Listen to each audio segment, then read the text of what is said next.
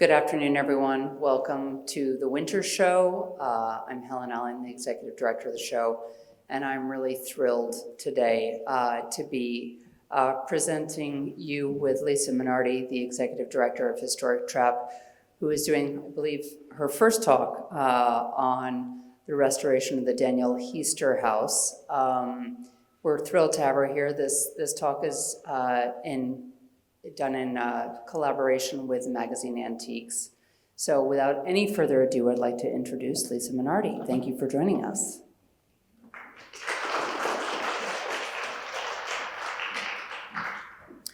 All right, well, thank you, Helen. And can everybody hear me okay? Okay, I can't quite see you. I see a few heads nodding. Okay. Well, this is indeed the first ever talk I'm presenting on my own house, which seems a little bit brave, and hopefully you'll enjoy this journey. It's certainly been a journey for me since I first saw the house in person in 2012. And also, before I begin, I also want to really thank the Magazine Antiques, in addition to the Winter Show, for helping me to be here today, and for publishing not one but two stories now about the Hiester House, which I think you all have copies of, it looks like, on your chairs to take with you.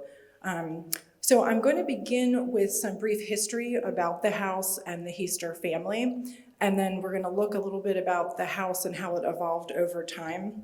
Then we're going to delve into this, what turned out to be a pretty enormous restoration project. And then after my late husband Philip and I got through that, the furnishing of the house, which is still something of a work in progress, but I will share as much of that as I can with you. So let's get started. First of all, where is the house? So it's located in southeastern Pennsylvania in what's now Montgomery County, originally part of Philadelphia County. So Hiester immigrates as a young man in his mid-20s from the village of Elsoff.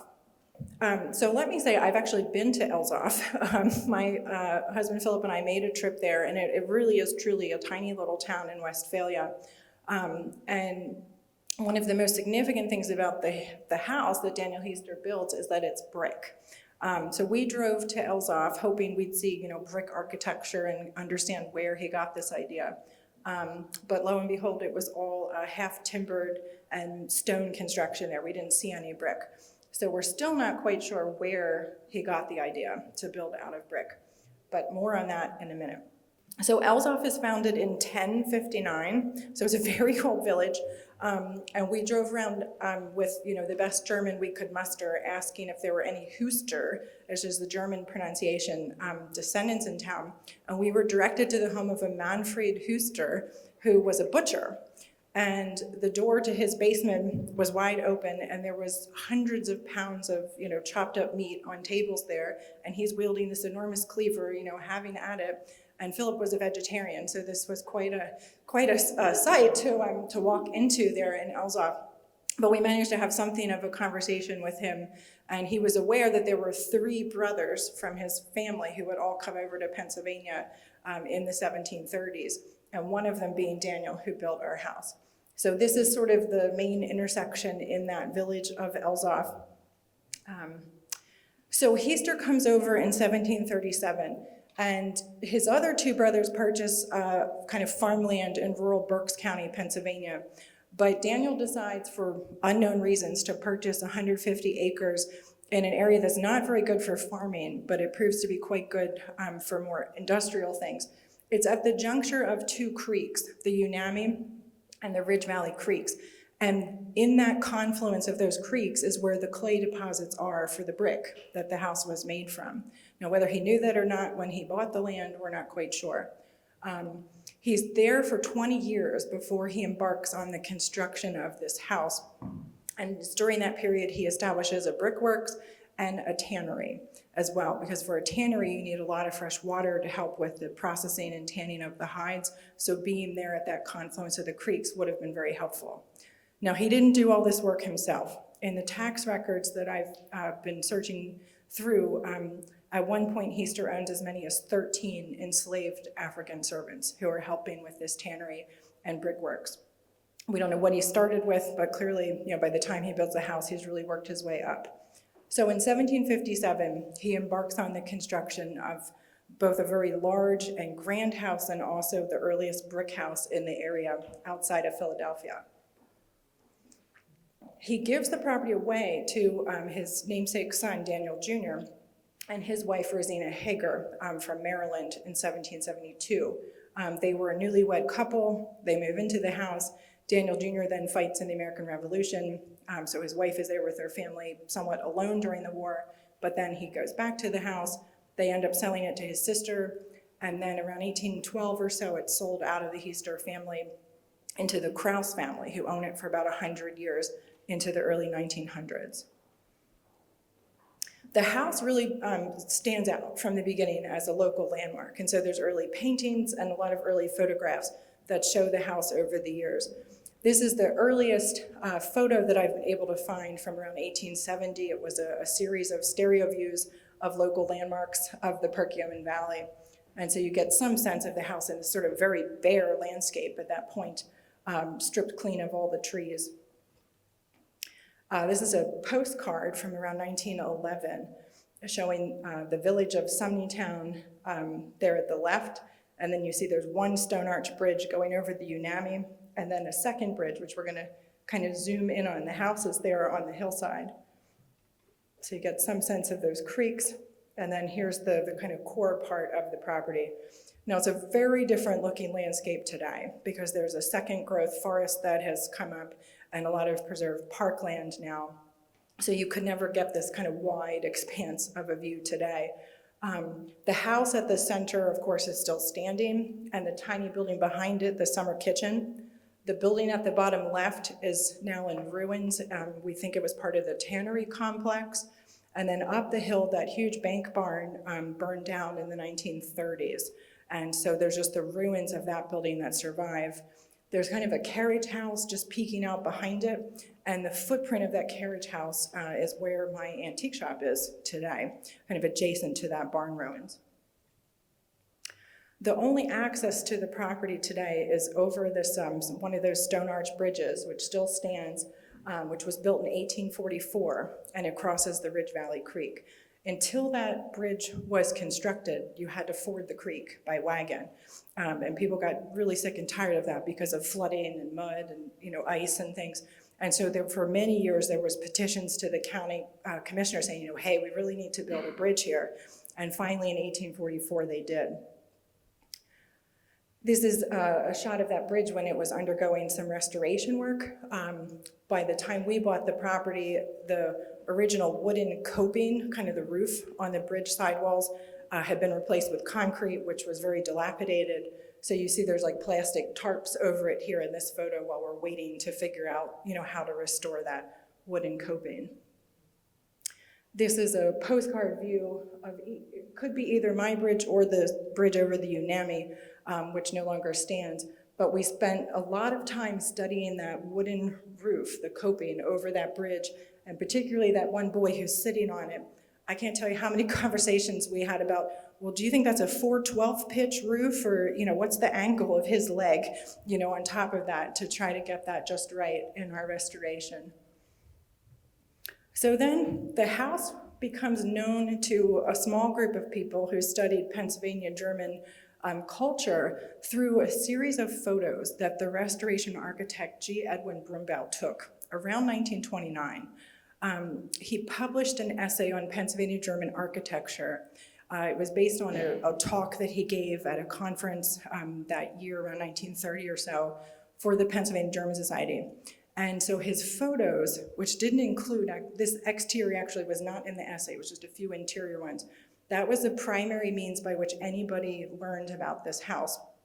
The family who bought it around 1929, 1930, the Rogers family, were very reclusive, to say the least. I heard stories that they would shoot at trespassers on the property. And my mother actually found a newspaper article that they indeed shot and killed someone who trespassed on the property, who was stealing gasoline from their car during the Depression. So this was not a property that, anybody, certainly anybody who was local who knew anything about that family would ever dare to trespass on. So nobody got in. So all we had were these photos that Brumbaugh had taken.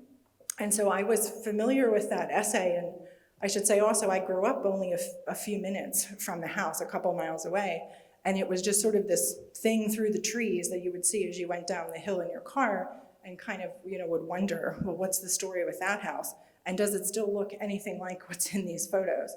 So this was an upstairs bedroom, Brumbau photographed, another upstairs interior, the staircase, top and bottom. So this was the state that the house had fallen into by 2001. Now, I didn't see the house at this point, but the last member of the Rogers family who was living there died in 2001. His brother inherited the property, having grown up there as a child, but then moved away for a long period of time. And this was a photo his brother took on his first visit back to the house in 2001. So the house is there, sort of through that jungle. You might be able to see a window there. The brother spent about 10 years trying to, clean things up and figure out what to do with the property. He finally approached a local lands trust about trying to save the surrounding acreage and possibly the house if they were interested. Being a lands trust, they weren't really quite sure what to make of this historic house, and so they invited a small group of local, architecture historians to come and visit the property and help tell them, how special is this. So fortunately, I was invited to be part of that group. And so this is one of my first photos I took of the house in April of 2012. And you can see there's this big, keep out sign on the front door. It was an unforgettable experience.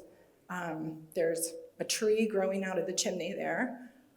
There's ivy, going through the windows on the back of the house. The summer kitchen was just being swallowed up by Virginia creeper and other vines and trees. There was a lawnmower parked in the living room.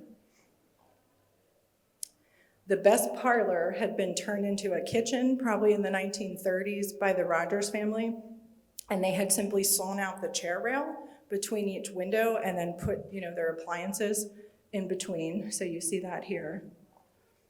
These are the two of the upstairs bedrooms. So we saw those in the black and white photos by Brumbau, so at least they survived. I will say that after I took that photo on the left, I decided to get a better photo, and I moved all that cardboard and stuff out of the way to discover a very alive black snake was living in that fireplace, which is not what I wanted to see. So I went screaming out of the house, and it took me a while to get brave enough to go back in. So that effort led to the first article that I wrote about the house in 2013 for the fall issue of the magazine Antiques. And Gavin Ashworth came to photograph the house with me, and he said I was like Cinderella, kind of going from room to room, one ahead of him, sweeping, cleaning, shoving trash out of the way so that we could get, good shots of the architecture. So the house appears in that story as very much a kind of diamond in the rough new discovery. But when I wrote that, Antiques had always said, well, if the house ever gets restored and furnished, please let us know. We'd love to do a follow-up story. So the follow-up, of course, has happened now, just recently. This was the house as Gavin photographed it in 2013. So what I want to do now is sort of walk you through some of the restoration work that has happened over the past 10 years and the furnishing of the house, which really only took place over the last 5 years. There was about a 5-year period of limbo with the Lands Trust kind of controlling things, and my late husband Philip and I were interested in buying the property, but there was a lot of legal restrictions, and I just want to avoid rehashing all of that and get to the good stuff here. So these are some of the photos that Gavin took, documenting the house as kind of a time capsule. So there's one of the kitchen fireplaces. This one there's actually two kitchens, which we'll explore in more detail. This one is 12 feet wide. Here's that room upstairs that Brumbau had photographed. There's the fireplace the snake was living in. Incredible ironwork. The second floor of the house is particularly intact, and so every door has some variation of these amazing wrought iron hinges on it. Here's the staircase. I had to cut the ivy from the inside of that window and kind of shove it all outside for this photograph. So Philip and I purchased the house officially December 21st of 2017. I was thrilled, he was terrified, but willing to go along. So this was a photo we took to celebrate that. We went up to visit the house. You notice I'm very bundled up in that photo. It was 0 degrees that day when we went to visit it. And of course there was no heat, no plumbing, no nothing in terms of utilities. So we first set about calling up all of our friends to see who would help us with the initial heavy lifting of cleaning out the junk left in the house. And then we started an intense campaign for about 6 months or so of architectural investigations. So our focus was to identify and then remove the non-original materials in the house so that we could see, what had survived. Was there recycled material, hidden within walls, pieces of chair rail, things like that, particularly on the first floor, which had undergone some remodeling. And then figure out, what is our mission here? What's our restoration plan for the house? And pretty quickly we learned, the house was very, very intact to as built in 1757, that what had been altered was easily restored using the second floor, particularly as a model. And so we made it our mission to restore the house as much as we could to that 1757 appearance. So we continued on with the research, with the stabilization. Anybody who came to the house for a tour was likely to be put to work. As you see friends of ours here hoisting a temporary door frame into position. Here's Philip consulting over a windowsill design.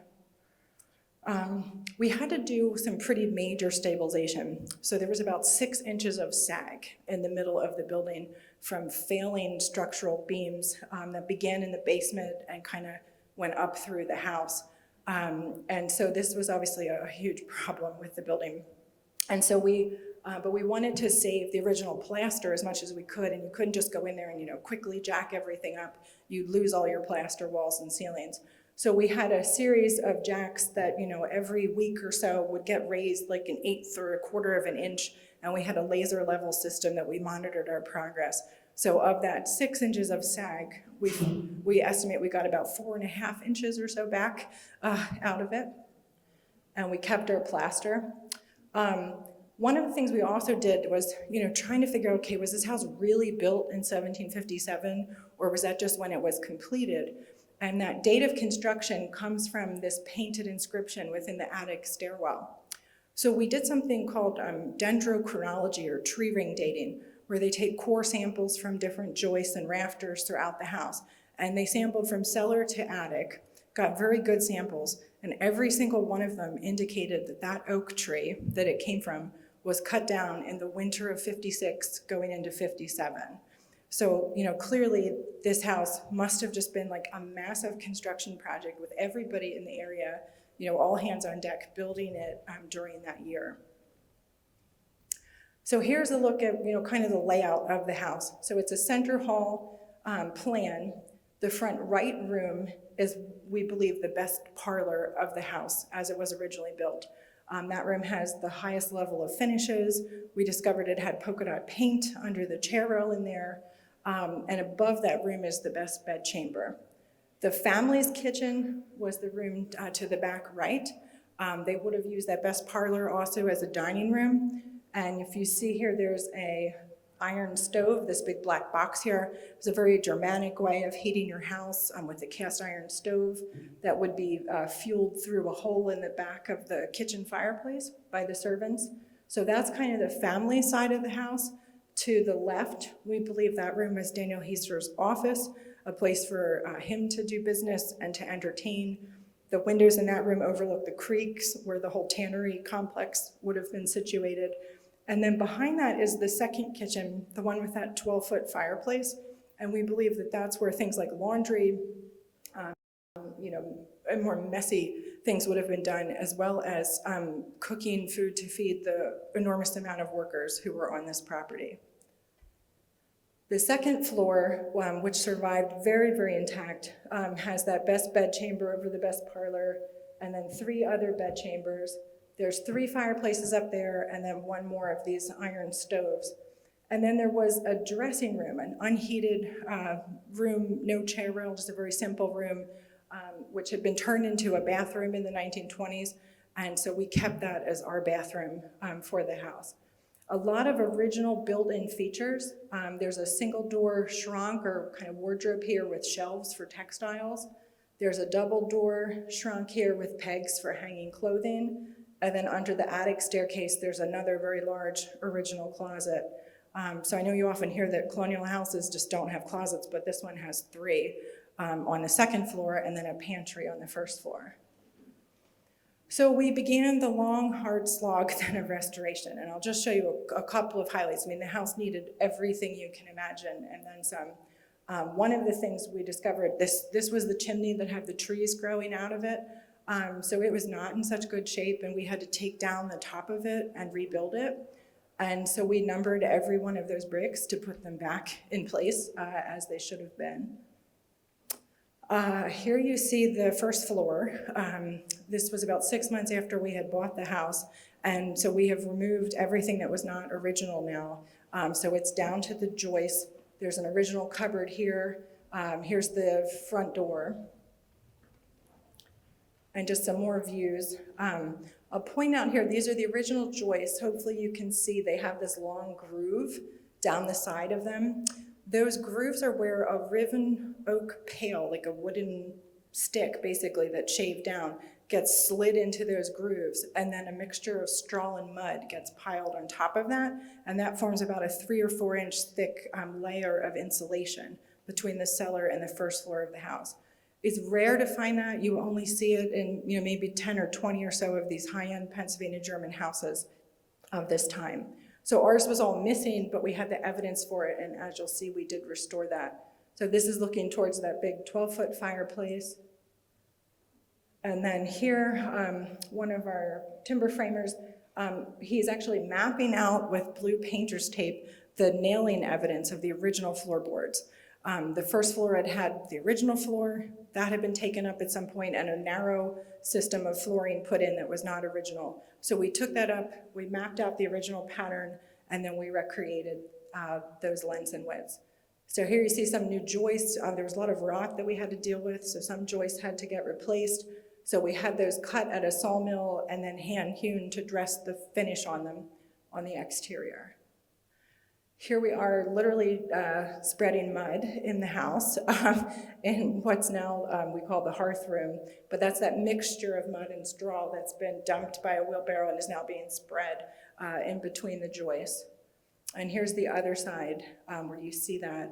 And then over here are the wooden pails that haven't yet had the mud put on top of them. Now, what we did was we didn't fill the entire 3 to 4 inch thick cavity with that mud. We held it back about 2 inches, and then that gave us a place to put radiant heating in under the floors and also to run wiring and plumbing and any modern stuff. So in the basement, most of those modern things are all hidden above this wooden paled ceiling. Here we are putting down the white oak floorboards. And then there were, we had to, some of the woodwork was missing on the first floor, so we had both a blacksmith and a cabinet maker who collaborated on making things like new locks for the cupboards or cupboard facades to replicate the one original one in the house. This is a photo showing what's now my kitchen with the original pantry there at the left and the 6-foot fireplace.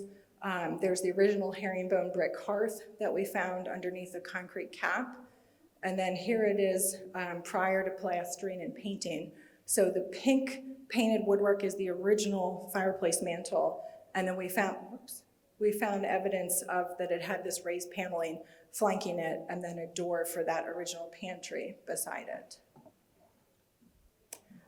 We did do wooden lath and hand plastering rather than drywall. It was, part of our mission to restore the house as authentically as possible. So you see there are all those strips of wooden lath before plastering. And then here's one of the rooms after it was plastered. The plaster takes about 2 months to cure, so that definitely slowed down our process that, you couldn't start whitewashing it or do anything. It just had to cure for those 2 months. And each room finished at a different rate, so we had to keep track of, which room was ready next. And then in terms of paint, so we had a lot of original woodwork upstairs, and one of our questions was, can we just clean this overpaint off of it, to get down to original surfaces here? And what was determined was, first of all, it would take forever and cost a whole lot to do that, but you would be left with something that really didn't look like the house as done in 1757. We did this test cleaning, for example, and that dark grayish color originally would have been a brilliant Prussian blue, and it had oxidized to a sort of blackish color.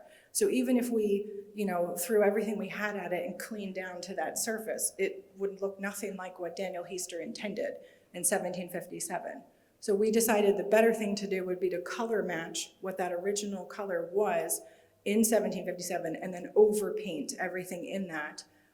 And then all the original color is still there, and decades from now, if someone has a better technique or something, it's all still there, that someone could make a different decision. Okay, so now I'll get to the fun part after all of that hard work in terms of furnishing the house, which is still an ongoing process, I have to say. But there's nothing like a deadline or a photographer showing up to make you get motivated and get some things done. In the magazine Antiques for the January-February issue is this Living with Antiques column about the house, and mainly focusing on the furnishing of it rather than the restoration. So I'm going to take you on a tour through my house and show you what we did on the interior. So first of all, here you see the new roof that was put on. We'll just kind of take a walk around the outside. One of the key things about this, I mentioned it was brick, but the brick, it has like glazed headers on it, which you see on all four sides of this house, and that's something that really only the brickmaster, could do. Everyone else would put that just on the front of the house. This boxwood hedge probably dates from around 1930 when the Rogers bought the house, and you could pass through that arch to get around back to where the summer kitchen is. The kitchen had a clay tile roof originally. We found a lot of fragments of that with archaeology, and so we restored that. And we also cut down all the vines and the trees and things that were swallowing up that building. This is inside the summer kitchen. This is still a work in progress, but just to give you a peek, there is another fireplace in there. And originally it had a bake oven off the back of it, which is yet to get reconstructed. And then these big paver stones between the house and the summer kitchen, supposedly those were the original cellar floor surface, and that they were taken out by the Rogers and put back here as something of a patio. They're so huge and fragile, I'm reluctant to even think about touching them at this point. And trying to move them back. So we're still trying to figure out what to do in the basement. It's currently just a dirt floor down there. And then there's a look at the back of the house. Eventually this will get shutters built for it. Right now the shutters are just on the front of the house, but my cabinet maker's been a little busy with other projects. So shutters yet to come. And then, so here we are, we've gone in the front door. This is the front hallway. And the set of chairs that are here in the house actually just arrived as the magazine article was about to go to press, but they're actually Hiester family chairs, probably owned first by Daniel Hiester's brother, a man named John Hiester in Reading, Pennsylvania, but made in Philadelphia, very appropriate for the house, and the first Hiester anything that I've ever seen become available to try to put in the house. The map here on the wall is pretty exciting to me. It's a reproduction map that I had produced from a high-res image here of one at Colonial Williamsburg's collection. And it's a map from 1759 of Pennsylvania, surveyed by Nicholas Skull. And what's so exciting about this is that the house is actually on that map, even though it's only 2 years old. And furthermore, when Daniel Hiester died in 1795, his probate inventory included Skull's map of Pennsylvania. So he was probably pretty excited that his house was on it, and certainly would have hung in the house somewhere. So I was thrilled to get to collaborate with Williamsburg to get that high-res file and then have it printed on fabric and hung in the hallway, just as Hiester would have done originally. As you step in through the hallway to the left, the room that probably would have been Daniel Hiester's office is furnished as basically a living room, a gathering space, a space for entertaining. So there's a lot of chairs in here, the large sofa. Here's one of those iron heating stoves that you saw in the floor plans. We did collect a number of stove plates and were able to reassemble 3 stoves out of those. And then here, if you were to sit on that couch and look at the opposite wall, you would see this great big wardrobe, or Schrank in German. Here's another view of it. So this is a form made throughout southeastern Pennsylvania and also in Germany by German craftsmen. Typically behind one of the doors are wooden pegs for hanging clothing, and then wooden shelves behind the other for your folded bed linens and things. I find that it makes a great coat closet on those wooden pegs, and then the other shelves you can put, wine glasses, china dishes, kind of use it as a cupboard. So it's, even though it probably was a bedroom object originally, it's an incredibly useful object on the first floor too. And then opposite that, here's this original built-in cupboard that survived. There were 3 others in the house, but we had to replicate all of them based on the front of that cupboard. And then standing next to the stove is this a Lancaster County, Pennsylvania dressing table, also very German in style, with a portrait above it. And here's a close-up of that table. See how kind of heavy and bold the carving on that is? It's all done from the solid wood, which is a German way of doing this. In Philadelphia, if you look at the high-end Chippendale furniture, that carving was done separately, and then it was applied with little tacks or nails. So in Lancaster, you tend to see this German furniture. And the big punch bowl on the table is one of my favorite things for decorating. I fill it with apples in the fall, or for Christmas, I put every shiny, bright ball I could find in there until it was overflowing. Haven't figured out what I'm gonna do yet this spring, but it's just a fun, focal point in the room. And then because this room was Hiester's office, we believe, so I did put a desk and bookcase in there. And this is a great example of what German craftsmen in Philadelphia were doing. So a very high-end piece, but signed on one of the drawers that it was made for a man named Friedrich Schinkel, who we know was a leather breeches maker in Philadelphia.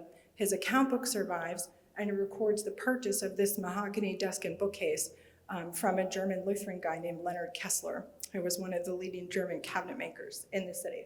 So I like to think this is the kind of furniture that Hiester might have been acquiring for his house. So now going through the front hallway to the right, what would have been the Hiester family's best parlor and dining room is what I use as my dining room.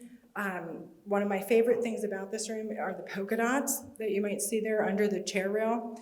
So some of the original plaster survived in this room, and when Philip and I were scraping paint and whitewash and stuff off to get down to earlier surfaces, we started seeing these little blue polka dots emerging underneath the layers. And so we had them analyzed, and we were told they were like layer 6 or 7 maybe, that there was some plain whitewash layers under them, but they're very early on in the house's history, these blue dots would have gone on. And there's some other houses in the area that are known for their polka dot paint. So we were excited to recreate that in the dining room. The table at the middle there, the dining room table, is a favorite piece. You see it here with just plain, but it has amazing drawers, able to hold lots of stuff, and just a great surface for entertaining. And here is that same table, 1951, advertised in the magazine Antiques by Joe Kindig and Son. No history to it other than being a large Pennsylvania table. For those of you in the audience who knew Bill DuPont, this table came out of Bill's living room. He normally had big candlesticks on it and an assortment of antlers collected from his property. And then this is the front wall of the house. The blanket chest here is a local piece. It has the name Katharina Schuler inlaid on it. It's dated 1805. Daniel Hiester's wife was a Katharina Schuler, although I would, just given the date of this, I think she was probably the aunt or maybe the great aunt of the woman that this was made for. But a nice local walnut chest. And then hanging above it is this cupboard, made of walnut and with very unusual brass kind of onlay rather than inlay. They're separate pieces of brass cut out of the sheet and then kind of tacked on there. So there's a little, the Agnus Dei or Lamb of God on the center panel, and then it's dated 1766 on the upper panel. And then in opposite corners of the room, so there's the cast iron stove that we restored. So those are period side and front plates that we purchased, and then the top and bottom plate were cast by an Amish foundry in Lancaster County based on an original plate that we were able to track down. The irony is today that very plain top or bottom plate is the hardest thing to find. Nobody saved them because they were plain. They saved the decorative sides and fronts, which you can reuse like as a fire back or something. So it took a while to find that one original plate to use as a pattern. But we got there eventually. And then the pair of chairs here on the right came out of a local tavern, a guy named Casper Singer, who lived a few miles away from the house. So we're always trying to look for early things like that we can bring back together to the county. So now stepping through that room into what's now my kitchen, one of my first goals for the kitchen was that you not see the appliances. I wanted you to be able to come in and see the fireplace, see it more or less as the Hiesters knew the room. So the pantry is to the left here, which thankfully they had one originally, so there's lots of shelves to tuck things away on. And then I supplemented that with a little standalone cupboard here to keep like dishes and glasses and things in. In the kitchen, that's the one place I've allowed myself to have some contemporary things. So I have pottery up here made by a friend, Celinda Kennedy, that I just love because she takes 18th century Pennsylvania German Fraktur, like the one on the right, and then she paints those designs onto her plates. And so I just kind of let myself have fun with that on the fireplace mantle. And then looking towards the back of the house, here is the tile roof summer kitchen you see through the window. One of the restored features is this stone drain or sink in the room. So this was something you occasionally see these in Pennsylvania German houses. What we found was like a filled in kind of with rubble void under that window where there clearly had once been a sink. And it's basically a big square basin with a long tail, like a spout that goes right through the wall of the house and then drains outside. So imagine if you're cooking inside, you have, a pot of slops or wastewater or whatever. You don't want to have to lug this big heavy thing outside. Maybe it's freezing cold out there, it's raining or whatever. You could literally pour it onto this big stone and then it would just spill out the outside of the house into a bucket or just onto the ground. But you didn't have to lug that big pot outside. So it was a real nice convenience that, only a few people actually had. And then here's looking at the main appliance wall.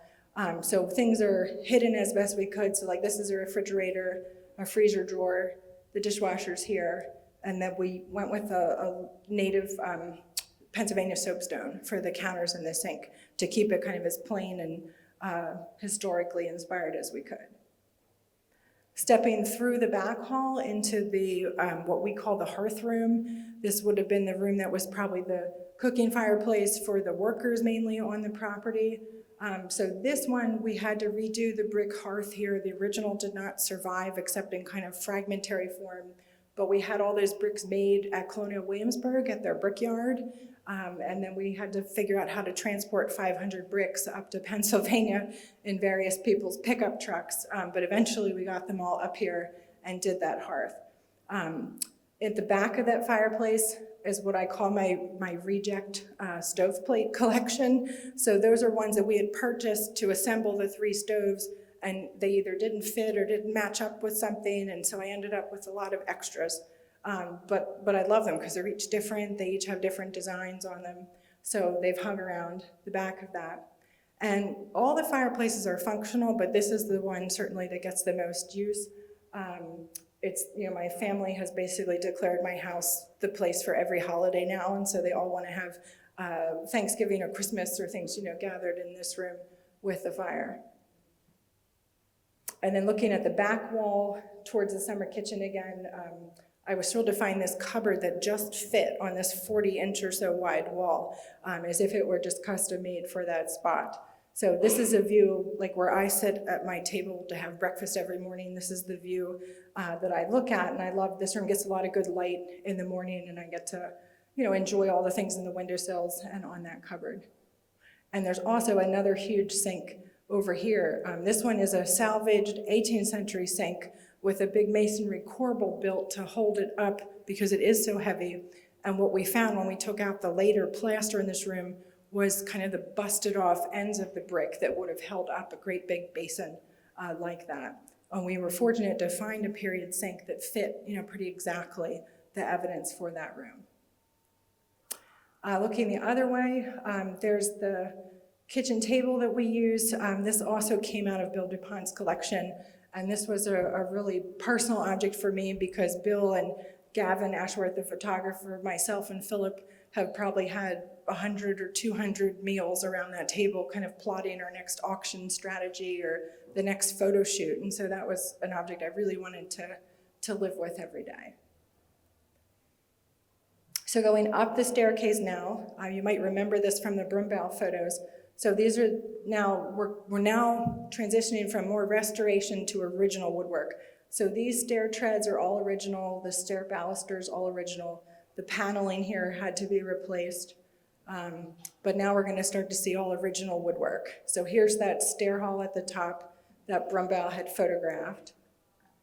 And then here's stepping into the room where the snake was living in the fireplace when I first visited the house. This is what on day one, that brilliant Prussian blue paint color would have looked like. And so you can see how different this is from that dark, almost blackish color that our test cleaning showed us. And this is why we really thought we're gonna overpaint this and really make it look like it did when Daniel and Catherine Hiester, saw this house and saw it when it was painted. So it's this brilliant bright blue color. And here's the Brumbaugh photo. Now, one of the things I want you to look at is this painted chest here. There it is. We actually were able to find that very chest at an auction a couple years ago. It's still missing the feet, which I don't really want to restore because it's missing the feet there in the 1930 photo. But made for a local girl by a local painter who I'm still working on identifying, but I probably have a dozen or so now I found by this maker. And then turning around, looking the opposite way to exit the room is another shrunk. This one made locally also, we don't know who made it. This one has been repainted, unfortunately. A local restaurant owner kind of inherited this when he purchased a building that it was in, and he thought it would be a good idea to refinish it. So he stripped all the original paint off of it, sometime probably in the 1980s, and then sold it at auction. And so Philip purchased it, recognizing what it was, and there was enough kind of shreds of paint left on it that one could figure out what the color scheme was. And so he hired a guy named Peter Dean to do the paint on it, to restore it.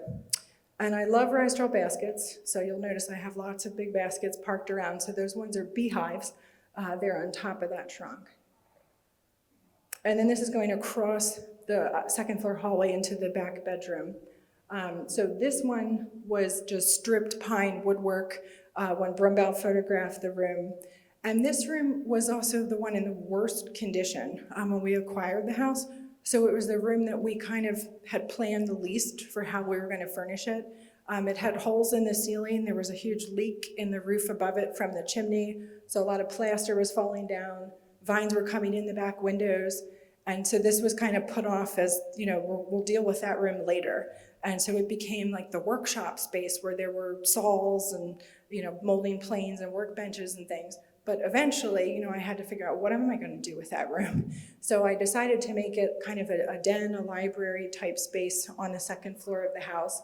I will confess there's now a TV that lives in that room, but it is small enough that I can shove it in a closet when I have a tour group through the house. And there is the kind of before photo. Notice up here, you see these holes? Those are from stoves with pipes that were added later in the house. And we're so lucky that they put the holes up there in the masonry. Typically, they would punch the hole right here through the wooden paneling. And then you have to, much more difficult to repair that. So that was one lucky thing in the renovations that we didn't have to do. This was that unheated, probably some kind of dressing room originally. In the 1920s, 30s, this was turned into the first bathroom of the house. And so we just updated the fixtures, but kept that as our bathroom. And one of the challenges was finding a bathtub that remotely looked historic. So the one I found, it's a catalog order, nothing fancy about it, kind of thing, nothing custom. but it's gray, which in my mind anyway is simulating a lead bathtub, which they did have in the 1700s. There wasn't plumbing to them, but you would pour hot water into them. So either a lead or a copper tub would be the other option. This was easy maintenance.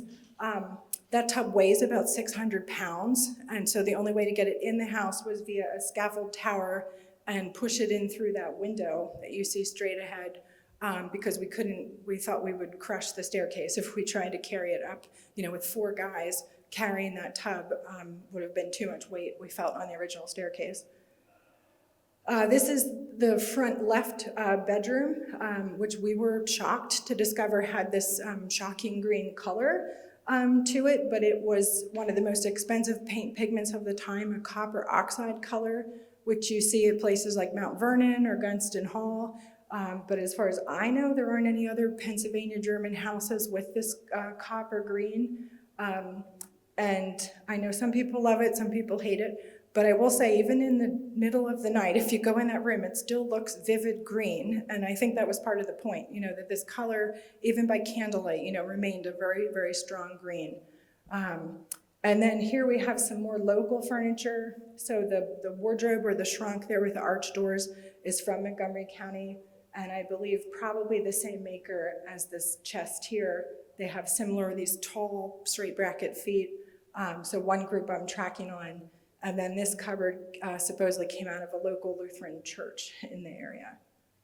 And this, by the way, is not a rug. It's sort of a confusing photo, but there's actually a guest bed there, and that's the coverlet on top of that guest bed.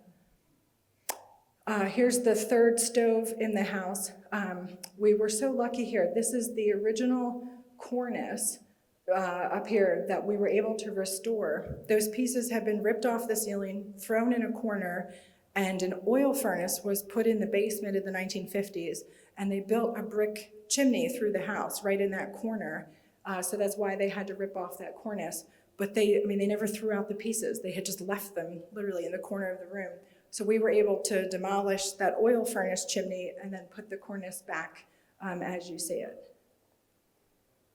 This is one of the building cupboards that we've restored based on that original one.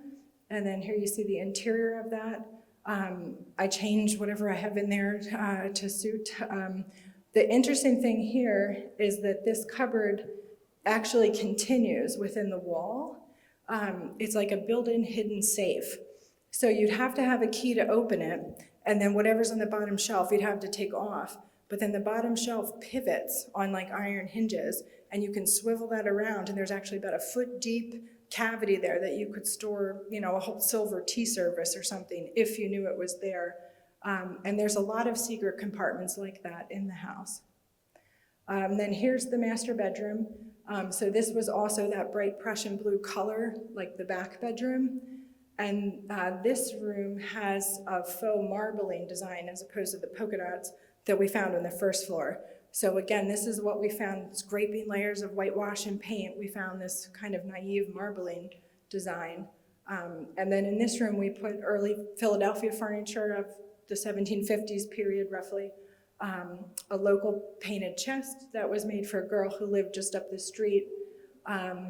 And then I worked with a wonderful local seamstress named Carol Spaked, who is an interpreter at the Betsy Ross House in Philadelphia, where they have a whole program of doing 18th century bed hangings and upholstery as Betsy Ross would have made. And so Carol came out and measured this bed and made a set of curtains for it. And, a lot of upholstery was an interesting project to take on. You can spend quite a bit of money on textile yardage for hand-woven fabrics and things. This is I ordered this online from a place called onlinefabricstore.com. It's a Colonial Williamsburg reproduction. It's cotton, it's machine washable, and it was $13 a yard. So at this point in the project, that was the answer to how to get this bedroom done and not have to worry about moths or maintenance. If it was wool curtains, this would be something I could literally hand wash. And for a bed that's in daily use, it just seemed a lot more appropriate. It was interesting, Carol asked me, well, what's it like to sleep in that thing? Because she'd only ever made curtain beds for museums that nobody sleeps in. And I have to say, it's really cool. It's kind of like having your own tent. And if the sunlight is coming in at an angle and being annoying, you can literally just pull the curtain and get it out of your face. When it's really cold and my radiant heat isn't working so well, you can also pull the curtain shut and it'll keep you a little bit warmer. So it's been really fun over the past couple months since that was finished to kind of experiment with those bed curtains. This is just a detail of that painted chest. It's made for Elizabeth Shelley, and her farm was on Shelley Road, which is like right up the hill from my house.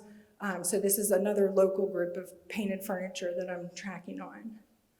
And then here's the opposite view from that corner with that fabric, which I've continued throughout the room. So as I look back over the house, as I was kind of wrapping up the slides for this, I found it just so remarkable, trying to choose like what to even show you and try to convey, how much happened over the 5 years of restoration. So if we just kind of travel back through a few of these photos taken from pretty much the same angle, like that scaffolding was up for about 2 years on the house, for example. So it just took a long time to get to where we are today, from 2013 and 2012 when I first saw it. So the house is open by appointment to visit. I do live there, of course, full time, but I'm really interested in sharing the house with people who are interested. And then my antique shop, which you see the interior of here, is on the same property, just up the hill from the house. So they're both open by appointment if people are interested to come and look around. And then what I'm also starting to do, so the museum that I work for, Historic Trap, we have 4 historic sites, 3 of them open to the public that you see here at the bottom. They are just 20 minutes away. And so we've been working with some groups who are interested in architecture and decorative arts to put together like a day tour package where people can come and see the houses in Trap and then get back on the bus or back in their cars, drive to my house, and then do a tour there at the end of the day. And just to entice you a bit about visiting Trap as well, here's a view on the left of one of our Pennsylvania German Center galleries, and then on the right, one of our house museums, the Henry Muhlenberg House. So please read the article in the magazine Antiques. It'll give you a lot more information about this. And I'm also very happy to answer any questions that you might have. Thank you all very much.